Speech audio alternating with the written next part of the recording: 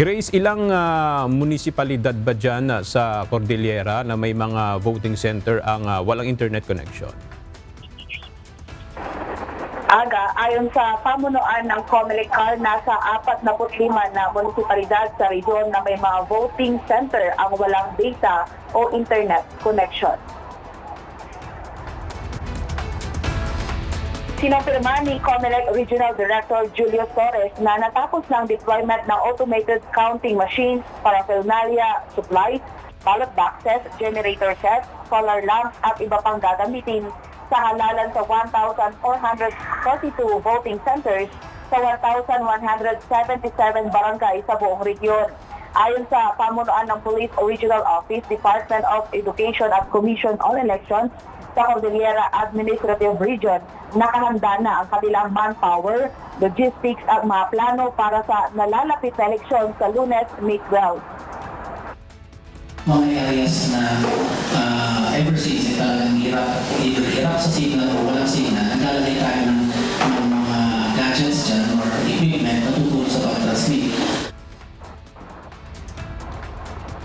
Kabilang sa pinakamahalagang bahagi ng paghahanda ay ang final casting and sealing o FPS, kung saan tutukuyin ang functionality ng ACM na isinagawa kahapon. Naipadala na rin ang internet device kit na magbibigay ng internet connectivity sa mga ACM sa 45 munisipalidad sa rehiyon na may mga voting center na walang data o internet connection. Pero itong mga Starlink na to is nakaprogram ito na para sa transmission ng results.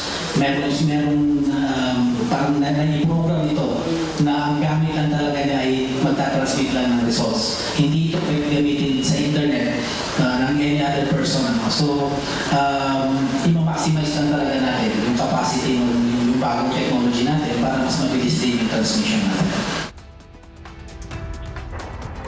Sinabi naman ni POCA Regional Director Brigadier General David Guerrero na ipinakalat na nila ang augmentation security personnel sa mga lugar kung saan sila kailangan. Aniya, 184 police personnel ang sinanay bilang special electoral board members sakaling may mga gurong aatras sa pagsisilbi sa halalan. Gayunpaman, kumpiyansa sa DepEd Regional Director Dr. Estela Carino na walang guro o non-teaching personnel na gagawa nito.